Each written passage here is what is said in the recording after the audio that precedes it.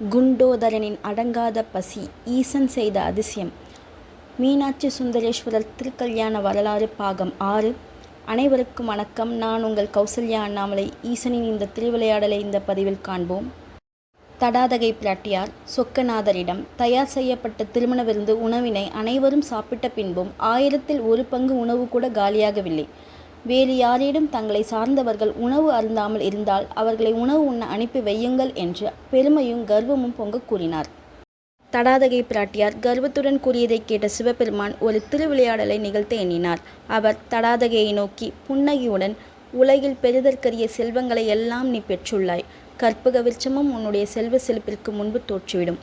உன்னுடைய செல்வத்தின் அளவினை அறிவிக்கவே இவ்வளவு உணவினை தயார் செய்ய சொல்லியுள்ளாய். ஆனாலும் அறுசுவை திருமண விருந்தினை உண்ண பசியால் களைப்படைந்தோர் யாரும் எம்மை சார்ந்தவர்கள் இல்லை என்பதே உண்மை. நான் இப்போது என்ன செய்வது என்று கேட்டார். பின்பக்கத்தில் நின்றிருந்த குண்டோதரனுக்கு வடவைத்தீ என்னும் பசி நோயினை உண்டாக்கினார். பசி நோய் வந்ததும் குண்டோதரன் பசியால் தளர்ந்த உடலுடன், ஐயனே, எனக்கு பசிக்கிறது என்றான். இதனை கேட்ட சிவபெருமான் தடாதகை பிராட்டியாரிடம், எனது குடையினை தாங்கி வரும் இக்குறுங்கால் பூதத்திற்கு 1 பிடி சோறு கொடுப்பாய் என்று கூறினார்.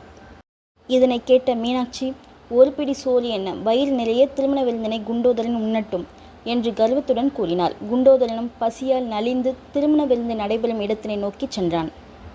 திருமண விருந்து நடைபெறும் இடத்தினை அடைந்த குண்டோதரன் அங்கிருந்து சமைத்த அறுசுவை உணவுகளை எல்லாம் ஒரு நொடியில் விழுங்கினான். பின் அங்கிருந்த காய்கறிகள், பழங்கள், கரும்பு, தேங்காய், அரிசி, நவதானியங்கள், சர்க்கரை என கண்ணில் பட்ட எல்லா உணவுப் பொருட்களையும் உண்டான். அப்போதும் அவனின் பசி நோய் தீரவில்லை. இவ்வளவு சாப்பிட்டும் குண்டோதரன் வயிறு ஒட்டி போயே இருந்தது. அவன் வயிற்றில் இருந்த அக்னி அனைத்து உணவையும் நொடி பொழுதில் பஸ்பமாக்கியது. இன்னும் ஏதாவது உண்ண தாருங்கள் என்று அங்கிருந்த சமையல்காரர்களிடம் கேட்டான். அதனை கேட்ட சமையல்காரர்கள் தடாதகை பிராட்டியாரிடம் குண்டோதரன் உணவுகள் அனைத்தையும் விழுங்கியதையும் இன்னும் உண்ண உணவு வேண்டும் என்று கேட்டதையும் பற்றி கூறினார். இதனை கேட்ட தடாதகை பிராட்டியார் சுந்தரேஸ்வரியிடம் சென்று தயங்கியபடி எப்படி தொடங்குவது என்று தயங்கி நின்றார். சுந்தரேஸ்வரர் ஒன்றும் தெரியாதவர் போல தடாதகையிடம், குண்டோதரன் சாப்பிட்டு முடித்து விட்டானா? மற்ற பூதங்களுக்கு ஆள் அனுப்பியிருக்கிறேன், இதோ வந்துவிடுவார்கள், சற்று பொறுத்துக்கொள் என்றார் சுந்தரேஸ்வரர். இதனை கேட்ட தடாதகை பிராட்டியார், ஐயனே, என்னுடைய செல்வத்தால் உலகத்தினர் அனைவருக்கும் உணவளிக்க முடியும் என்று கர்வம் கொண்டிருந்தேன். ஆனால் தாங்கள் 1 பிடி சோறு வழங்க சொன்ன குண்டோதரனின் பசியை என்னால் போக்க இயலவில்லை. என்னை மன்னியுங்கள் என்று கூறி சரணடைந்தார். சுந்தரேஸ்வரர் அருளிய வடவைத்தீ என்னும் பசி நோயினால் குண்டோதரன் தடாதகை பிராட்டியார் ஏற்பாடு செய்த திருமண விருந்து உணவு முழுவதையும் உண்டான். ஆனாலும் அவனுடைய பசி நோயானது தீராமல் அதிகரித்து கொண்டே சென்றது. சுந்தரேஸ்வரரிடம் சென்று தனது பசி நோயினை போக்கி அருள வேண்டி நின்றான்.